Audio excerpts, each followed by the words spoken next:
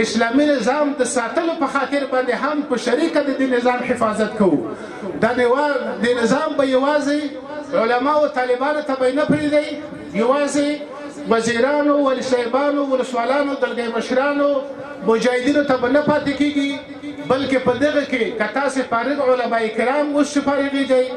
که تاسو ورونه دي، که ستاسو کلیوال دي، که ستاسو قومي مشران دي، او که عام د افغانستان خلک دي،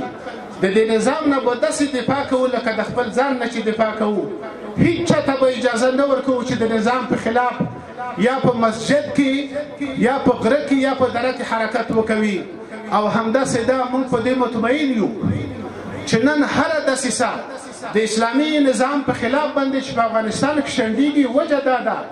چې په ښار کې هم څوک دشمن ته ځای نه ورکوي، که څوک یې وګوري مجاهد ته به راپور ورکوي یا به یې خپله نسي. په غره کې که شپون او چوپان دی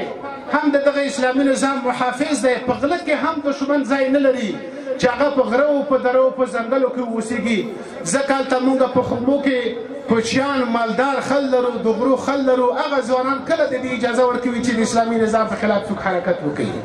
دا وجه ده چې الحمدلله اسلامي نظام مخ په ترقۍ باندې روان دی، وخت په وخت د تقویت په طرف ځي او دشمنانو زړونه چوي، زور ورکوي. د افغانستان ټول متدین ولس، د افغانستان ټول متدین قومونه په 20 کلن جهاد کې د موږ سره برخمند وو. یو چا به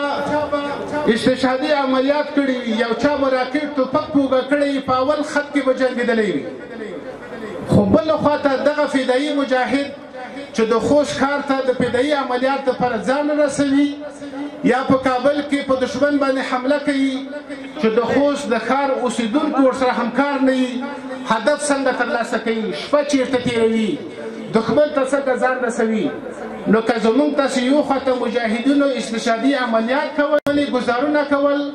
بله خواته د افغانستان مسلمان مدعین ولایت هغه ته په خپل کور کې شپه ورکړې ده، هغه ته یې لاره ښودلې ده، هغه ته یې ډوډۍ ورکړې ده. د افغانستان متدین مسلمان ولس زموږ تاسې د فتحې د کامیابۍ دپاره دعاګانې کړي، زموږ تاسې په فتوحاتو باندې خوشحاله شوي. زه داسې وایم چې چا په 20 کلن جهاد کې د دشمن د شکست د اسلامي نظام د تحقق دپاره خپل سر قرباني کړی وي،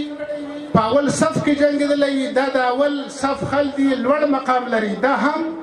د اسلامي امارت د کاروان خل دي، دا هم موږ د جهاد صحیح بولو. خو هغه چا چې مجاهدینو ته په خپلو کورو کې شپه ورکړې ده، هغه که په غره کې وي، که په اواره کې، که په خیمه کې، که په کوټه کې، دا هم د اسلامي امارت د کاروان خل دي. هغه که علما وي، که عوام وي، که ملکان دي، که هر څوک دي، دا موږ په جهاد کې د جان سره شریک او صحیح